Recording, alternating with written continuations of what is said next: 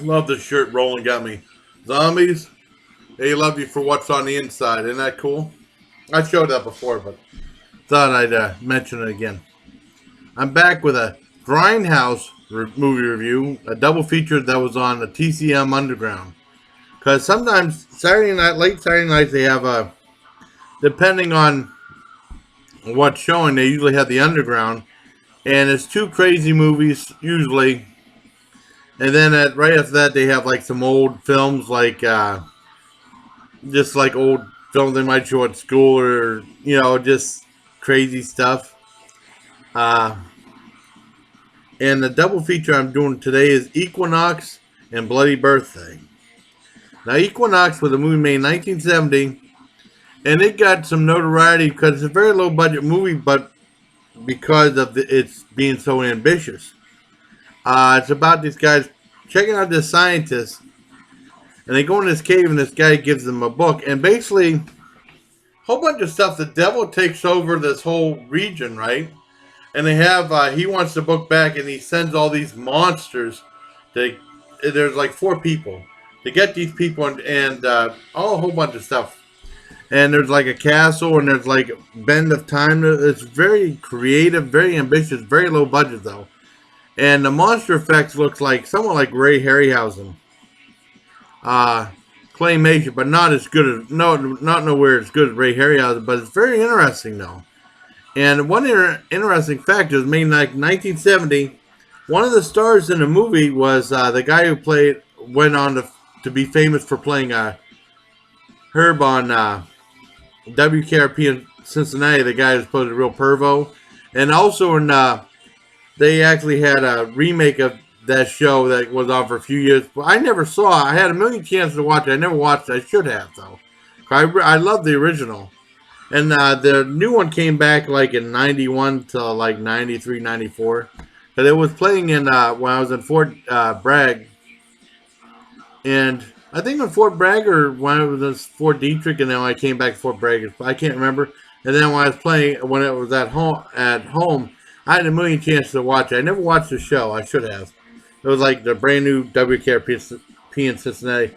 But it was interesting. He started off playing in horror films. If you thought that was the only horror film he was in a movie called Ferdinand with David Jansen, a TV movie, horror movie about this guy who goes to this one shop, and he ends up buying like this poisonous snake. And they're in a submarine, and he's going to take it home, but the snake gets loose. So if you thought Snakes in a Plane was the first one to have a snake loose in a weird location, you're wrong. Ferdinand did. Even though it was nowhere near as fun and exciting as Snakes on a Plane was. This one was kind of slow and kind of boring. It's only like an hour and 12 minutes. I mean, I've seen it before, but it is kind of boring. But the movie Equinox is really neat and really creative. It's hard to really completely describe the movie. I don't want to give anything away. And I liked it. I'd give that an 8 out of 10. That was a very entertaining movie. Now, the next movie, Bloody Birthday, is awesome.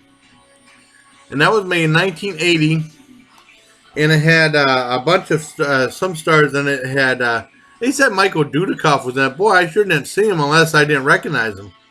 But Jose Ferrer's in it. And also Joe Penny is in it. But he's only in one scene. And the one thing I remember, my dad was always telling me this one story. Joe Penny went on to be a famous. Well, he went on to be some fame for just being a TV actor on TV. And the last thing I seen him in, I don't know when that was, a movie made in, maybe 94, 95 called Family Cops 3 with Charles Bronson. He was in the other two Family Cops, but I haven't seen those ones. I can't find them anywhere. And my dad was telling me that there was some guy, casting director, saying that Joe Penny was going to be the next big thing. I like Joe Penny, but he was always stuck in TV, or like I said, Family Cops was like a cable TV movie. But he was basically just stuck in TV. He never really got out of that. But I mean, that's a small role he did. He was only in like one scene though.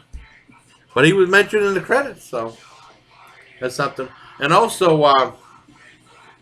Well, the plot line of Bloody Birthday revolves around these three kids, and it said 1970, and then they were all born on the same day during an eclipse, and it caused them to be a little bit different. And then they goes 10 years later, and it's around this birthday party celebrating all their birthdays on the same day, and it turned out these kids kill people. Well, they kill people that are troublemakers that cause them problems, and it's awesome. I was really getting on the edge of my seat towards the end of the movie. It's really good. I remember seeing it in Fort Detrick, Maryland.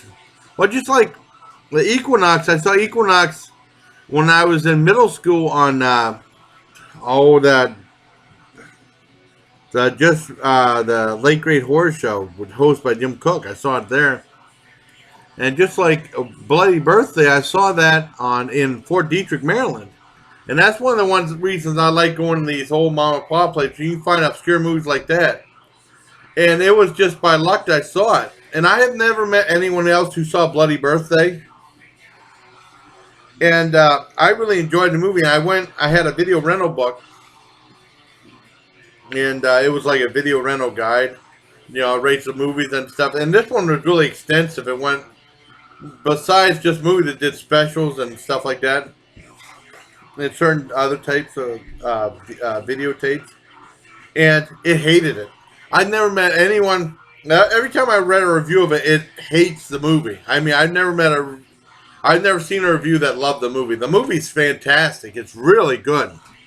I mean, it's just. I read it, but it said it's standard fare, but I think it's much better. Because it's called a slasher film, but hey, it's better than the original Prom Night. Probably the original Prom Night was terrible, but this one really keeps you on the edge of your seat. And it's these three kids, and they all team up to get rid of people that cause them problems. And the thing that was driving me nuts when I saw it in Fort Detrick, Maryland, I finally looked it up. I finally found out what was bugging me for all these years. I didn't think about it because I forget stuff.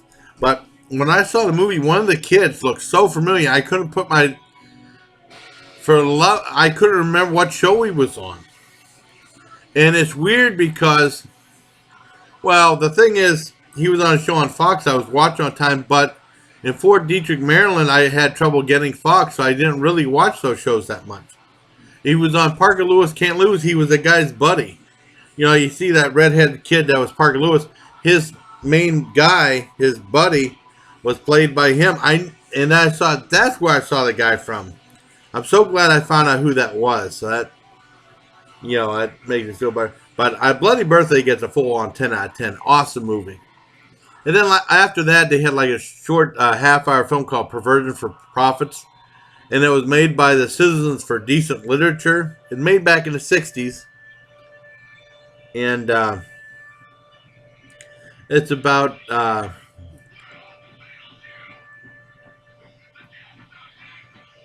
got distracted from that.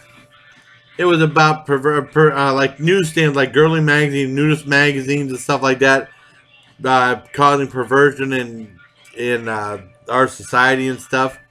I never heard any of the magazines on there except for Swank. I heard of Swank before, and that was very entertaining too. I give that maybe a 7 out of 10. Those are those warning movies like Reefer Madness that warns us evils in society and stuff.